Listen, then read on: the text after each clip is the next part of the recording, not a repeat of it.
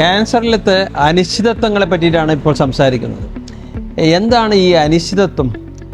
Cancer കണ്ടുപിടിച്ചത് വളരെ വൈകിട്ടാണോ? Cancer മാറുമോ? ക്യാൻസർ മാറിയാലും എൻ്റെ ക്യാൻസർ വീണ്ടും തിരിച്ചു വരുമോ? ക്യാൻസറിന് ഇപ്പോൾ ഞാൻ എടുക്കുന്ന ചികിത്സ മതിയാണോ? അത് എനിക്ക് കംപ്ലീറ്റ് ക്യൂർ നേടിത്തരുമോ? എൻ്റെ രോഗം പൂർണ്ണമായി സുഖപ്പെടുത്താൻ ഈ ഡോക്ടർമാർക്ക് സാധിക്കുമോ? ഇപ്പോൾ എടുക്കുന്ന ചികിത്സ ഇതിന് പര്യാപ്തമാണോ? ഇങ്ങനെയുള്ള ഒരു നിരവധി ചോദ്യങ്ങൾ നമ്മുടെ മനസ്സിലേക്ക് കടന്നു വരാറുണ്ട്. അപ്പോൾ ഈ ചോദ്യങ്ങൾ എങ്ങനെ നമ്മളത് ഫലപ്രദമായിട്ട് നേരിടാം, മനസ്സിനെ എങ്ങനെ നമുക്ക് കൺട്രോൾ ചെയ്യാം, ഈ കാര്യങ്ങളെ പറ്റിയിട്ടാണ് ഞാൻ ഇപ്പോൾ പറയാൻ പോകുന്നത്. അപ്പോൾ ഇതിലേറ്റവും പ്രധാനപ്പെട്ടത് ഇപ്പോൾ എടുക്കുന്ന ചികിത്സ മതിയാണോ അല്ലെങ്കിൽ ആ ഒരു കാര്യത്തെ പറ്റി പറയാം. അത് നമുക്ക് അറിയണമെങ്കിൽ നമ്മൾ ഒരു സ്റ്റാൻഡേർഡ് സെൻറ്ററിൽ നിന്ന് അല്ലെങ്കിൽ ഒരു നല്ല ടീം, നല്ല നമുക്ക് കംഫർട്ടബിളായിട്ടുള്ള അല്ലെങ്കിൽ ബന്ധുക്കൾക്ക് കംഫർട്ടബിളായിട്ടുള്ള ഒരു ടീമിൻ്റെ ചികിത്സ എടുക്കുക. പക്ഷേ അതോടൊപ്പം തന്നെ മറ്റൊരു സെൻറ്ററിലേക്ക് അല്ലെങ്കിൽ വേറൊരു സെക്കൻഡ് ഒപ്പീനിയനും കൂടി എടുക്കുക. എന്നിട്ട് ഉറപ്പിക്കുക നമ്മളുടെ ചികിത്സ ശരിയായ രീതിയിലാണ് പോകുന്നത് എന്ന് മനസ്സിലാക്കുക. പിന്നെ ഫലപ്രാപ്തിയെ പറ്റിയിട്ട്, ഫലപ്രാപ്തി നിശ്ചയിക്കുന്നത് പല ഘടകങ്ങളാണ്. അസുഖം കണ്ടുപിടിച്ച സ്റ്റേജ്, പിന്നെ അതുപോലെ തന്നെ അതിൻ്റെ അസുഖം വന്നിരിക്കുന്ന ശരീരഭാഗം, അസുഖത്തിൻ്റെ ടൈപ്പ്, അങ്ങനെ അതിൻ്റെ ശക്തി, ഇതൊക്കെ ഈ ക്യാൻസറിൻ്റെ ഫലപ്രാപ്തിയെ ബാധിക്കും.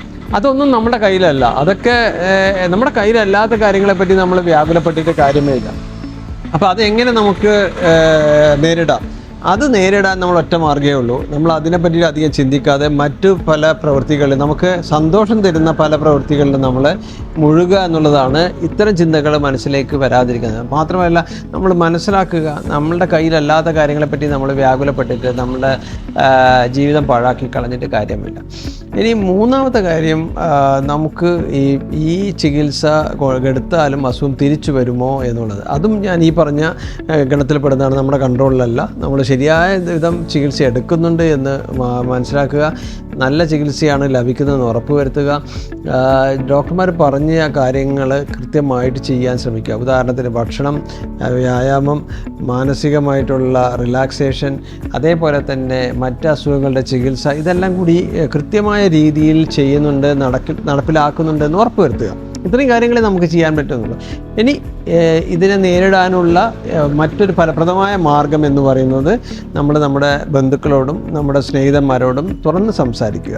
നമ്മൾ നന്നായിട്ട് കമ്മ്യൂണിക്കേറ്റ് ചെയ്ത് കഴിഞ്ഞാൽ ഒരു പരിധി വരെ നമുക്ക് ഇത്തരം ചിന്തകളെ ഒഴിവാക്കാം.